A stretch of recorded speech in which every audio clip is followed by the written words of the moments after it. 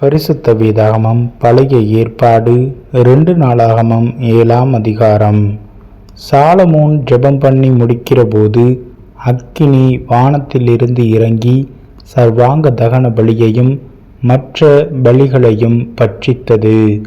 கர்த்தருடைய மகிமையும் ஆலயத்தை நிரப்பிற்று. கர்த்தருடைய மகிமை கர்த்தருடைய ஆலயத்தை நிரப்பினதினால் ஆசாரியர்கள் கர்த்தருடைய ஆலயத்துக்குள் பிரவேசிக்க கூடாதிருந்தது. அக்கினி இறங்குகிறதையும் கர்த்தருடைய மகிமை ஆலயத்தின் மேல் தங்கி இருக்கிறதையும் இஸ்ரவேல் புத்திரர் எல்லாரும் கண்டபோது தல வரிசை மட்டும் தரையிலே முகம் குப்புற குனிந்து பணிந்து, கர்த்தர் நல்லவர், அவருடைய கிருபை என்றுமுள்ளது என்று சொல்லி அவரை துதித்தார்கள். அப்பொழுது ராஜாவும் சகல ஜனங்களும் கர்த்தருடைய சந்நிதியில் பலிகளை செலுத்தினார்கள். ராஜாவாகிய சாலமோன் 20,000 மாடுகளையும் 120,000 ஆடுகளையும் பலியிட்டான். இவ்விதமாய் ராஜாவும் சகல ஜனங்களும் தேவனுடைய ஆலயத்தை பிரதிஷ்டை பண்ணினார்கள். ஆசாரியர்கள் தங்கள் பணிவிடைகளை செய்து நின்றார்கள். தாவீது ராஜா லேவியரை கொண்டு கர்த்தருடைய கிருபை என்றுமுள்ளது என்று அவரை துதித்து பாடும்படியாக செய்வித்த கர்த்தரின் கீத வாத்தியங்களை அவர்களும் வாசித்து சேவித்து நின்றார்கள். ஆசாரியர்கள் அவர்களுக்கு எதிராக நின்று பூரிகைகளை ஊதினார்கள். இஸ்ரவேலர் எல்லாரும் நின்று கொண்டிருந்தார்கள். சாலமோன் உண்டாக்கின வெண்கல பலிபீடம் சர்வாங்க தகன பலிகளையும் போஜன பலிகளையும் நினத்தையும் கொல்ல மாட்டாதிருந்தபடியினால் கர்த்தருடைய ஆலயத்துக்கு முன்னிருக்கிற பிரகாரத்தின் நடு மையத்தை சாலமோன் பரிசுத்தப்படுத்தி அங்கே சர்வாங்க தகன பலிகளையும் சமாதான பலிகளின் நினத்தையும் செலுத்தினான்.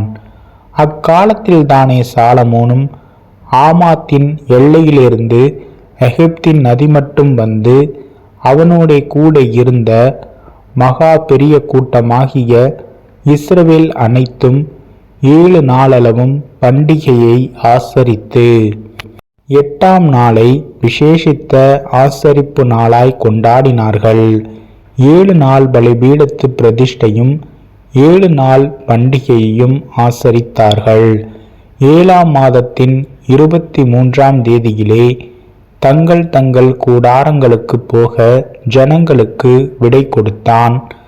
கர்த்தர் தாவீதுக்கும் சாலமோனுக்கும் தமது ஜனமாகிய இஸ்ரவேலுக்கும் செய்த நன்மைக்காக சந்தோஷமும் மன மகிழ்ச்சியுமாய் போனார்கள்.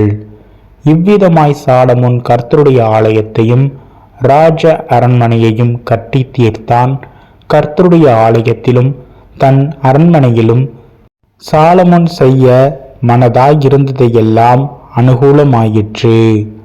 கர்த்தர் இரவிலே சாலமோனுக்கு தரிசனமாகி, நான் உன் விண்ணப்பத்தை கேட்டு இந்த ஸ்தலத்தை எனக்கு பலியிடும் ஆலயமாக தெரிந்து கொண்டேன்.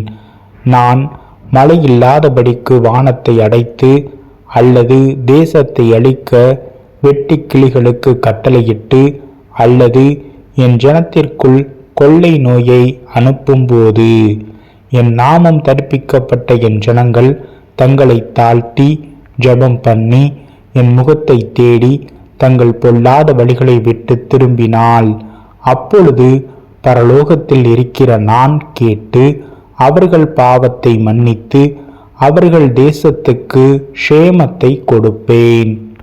இந்த ஸ்தலத்தில் செய்யப்படும் ஜெபத்திற்கு என் கண்கள் திறந்தவைகளும் என் செவிகள் கவனிக்கிறவைகளுமாயிருக்கும்.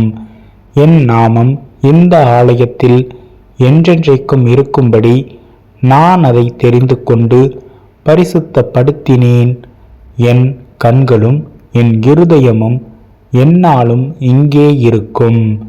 உன் தகப்பனாகிய தாவீது நடந்தது போல நீ எனக்கு முன்பாக நடந்து நான் உனக்கு கற்பித்தபடியெல்லாம் செய்து என் கட்டளைகளையும் என் நியாயங்களையும் கைக்கொள்வாயானால், அப்பொழுது இஸ்ரவேலை அரசாளும் புருஷன் உனக்கு இல்லாமற் போவதில்லை என்று நான் உன் தகப்பனாகிய தாவீதோடே உடன்படிக்கை பண்ணினபடியே உன் ராஜ்யபாரத்தின் சிங்காசனத்தை நிலைக்க பண்ணுவேன். நீங்கள் வழிவிலகி நான் உங்களுக்கு முன்வைத்த என் கட்டளைகளையும் என் கற்பனைகளையும் விட்டு போய் வேறே தேவர்களை சேவித்து அவர்களை பணிந்து கொள்வீர்களே ஆகில், நான் அவர்களுக்கு கொடுத்த என் தேசத்தில் இருந்து அவர்களை பிடுங்கி என் நாமத்திற்கென்று நான் பரிசுத்தப்படுத்தின இந்த ஆலயத்தை என் சமூகத்தினின்று தள்ளி அதை எல்லா ஜன சதலங்களுக்குள்ளும் பழமொழியாகவும் வசை சொல்லாகவும் வைப்பேன். அப்பொழுது உன்னதமாயிருக்கிற இந்த ஆலயத்தை கடந்து போகிறவன் எவனும் பிரமித்து, கர்த்தர் இந்த தேசத்திற்கும் இந்த ஆலயத்திற்கும் இப்படி செய்தது என்ன என்று கேட்பான். அதற்கு அவர்கள் தங்கள் பிதாக்களை எகிப்து தேசத்திலிருந்து புறப்பட பண்ணின தங்கள் தேவனாகிய கர்த்தரை விட்டு வேறே தேவர்களை பற்றி கொண்டு அவைகளை நமஸ்கரித்து சேவித்தபடியினால் கர்த்தர் இந்த தீங்கையெல்லாம் அவர்கள் மேல் வர பண்ணினார் என்று சொல்லுவார்கள் என்றார்.